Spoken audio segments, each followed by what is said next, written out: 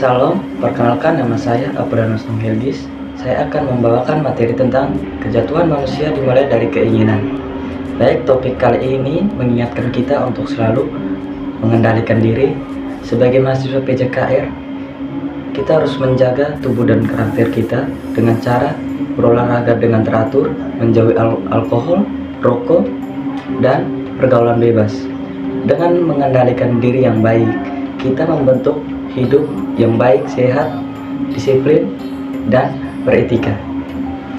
Yang berikut, kejatuhan manusia dari zaman ke zaman. Yang pertama, kejatuhan manusia dari Taman Eden. Media yang membuat mereka jatuh ke dalam dosa saat itu adalah sebuah pohon yang berada di tengah-tengah Taman Eden. Dan keinginan yang membuat mereka jatuh adalah keinginan mata. Untuk memperjelas, mari kita lihat dalam Kejadian pasal 3 ayat 1 sampai ayat yang ke-7. Kejadian pasal 3 ayat 1 sampai 7. Manusia jatuh ke dalam dosa.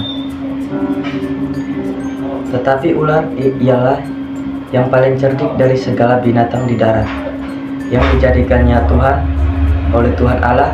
Ular itu berkata kepada perempuan itu, "Benar, apakah Allah telah berkata, jangan kamu makan dari semua pohon dalam taman ini?" Lalu sahut perempuan itu kepada ular, "Kita boleh makan dari buah segala pohon taman ini, tetapi tentang buah pohon yang ada di tengah-tengah taman, Allah telah berfirman, jangan kamu makan ataupun raba buah itu, nanti kamu akan mati."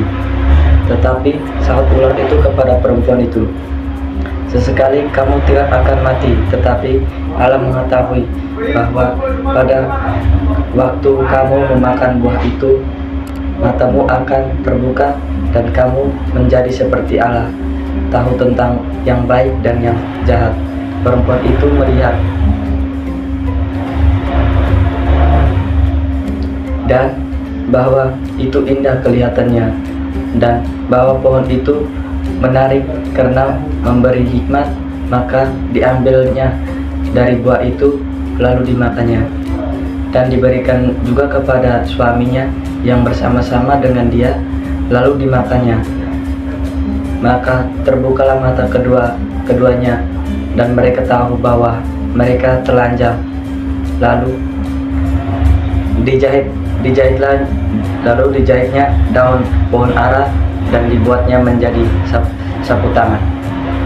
Baik, mari kita lanjut ke zaman yang kedua, yaitu zaman Nabi Nuh. Media yang membuat mereka jatuh ke dalam dosa pada saat itu yaitu media seks, sedang makan, minum, dan keinginan yang membuat mereka jatuh ke dalam dosa adalah keinginan daging. Untuk mempelajari lebih lengkap, mari kita bersama-sama membaca dalam Kejadian 6 ayat 1 sampai 3. Kejahatan manusia ketiga. Manusia itu mulai bertambah banyak jumlahnya di muka bumi, dan bagi mereka lahir anak-anak perempuan. Maka anak-anak Allah melihat bahwa anak-anak perempuan manusia itu cerdik, lalu mereka mengambil istri dari antara perempuan-perempuan itu. Siapa saja yang disukai mereka, berfirmanlah Tuhan kau, tidak akan selama-lamanya tinggal di dalam manusia, karena manusia itu adalah daging. Tetapi karena manusia itu adalah daging, umurnya akan 120 tahun saja.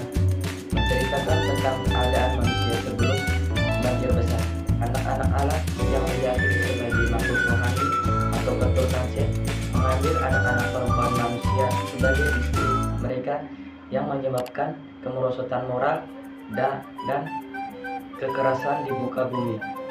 Alat kemudian memutuskan untuk membatasi manusia menjadi 120 tahun dan memutuskan untuk menghukum bumi dengan banjir besar.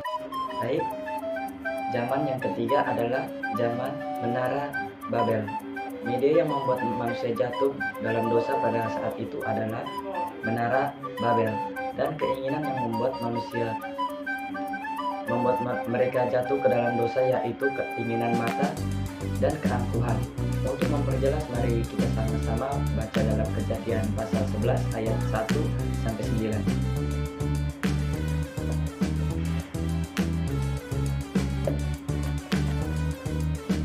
seluruh bumi mempunyai satu bahasa dan satu perkataan. Ketika manusia itu berpindah-pindah ke arah timur, mereka menemukan sebuah lembah di tanah Siniar dan mereka menetap di sana. Mereka berkata satu kepada yang lain, "Marilah kita membuat batu bata dan membakarnya baik-baik." Lalu mereka menggunakan batu bata sebagai batu dan teir sebagai tanah liat.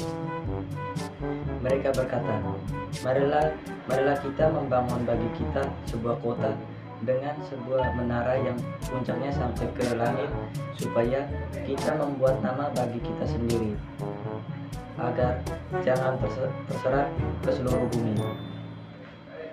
Maka turunlah Tuhan untuk melihat kota dan menara yang dibangun oleh anak-anak manusia itu. Firman Tuhan, mereka ini satu bangsa dengan satu bahasa bagi mereka, dan hal ini baru permulaan pekerjaan mereka, maka sekarang tidak ada yang tidak akan dapat mereka lakukan. Baiklah, kita turun dan mengacaukan bahasanya di sana, sehingga mereka tidak mengerti lagi bahasa masing-masing. Demikianlah Tuhan menyerahkan mereka dari sana ke seluruh bumi. Dan mereka berhenti membangun kota itu.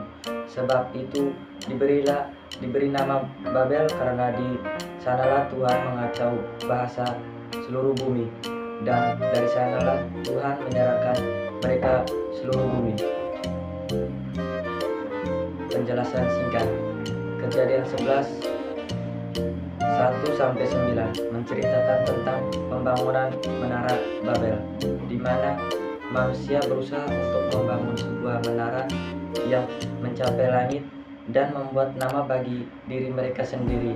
Namun Allah mengacaukan bahasa mereka sehingga mereka tidak dapat berkomunikasi lagi, dan mereka pun terserak ke seluruh bumi. Tempat itu kemudian dinamakanlah Babel, yang berarti kekacauan. Mari kita lanjut ke zaman yang keempat, adalah zaman Sodom dan Gomora. Media yang membuat manusia jatuh ke dalam dosa pada waktu itu adalah media seks dan makan, minum, dan keinginan yang membuat manusia jatuh ke dalam dosa pada waktu itu yaitu keinginan daging. Untuk memperjelas, mari kita bersama-sama membaca Kejadian 18 ayat 16-33. Zaman yang kelima adalah zaman postmodern. Media yang membuat manusia zaman sekarang atau zaman modern hingga jatuh ke dalam dosa adalah media teknologi, uang makan, materialitas, dan masih banyak lagi. Dan keinginan yang membuat manusia jatuh ke dalam dosa adalah keinginan mata daging, keangkuhan hidup, dan kehikmatannya. Lengkap makan manusia dengan gampangnya jatuh ke dalam dosa dan tidak menjadikan Yesus sebagai teladan dalam hidup.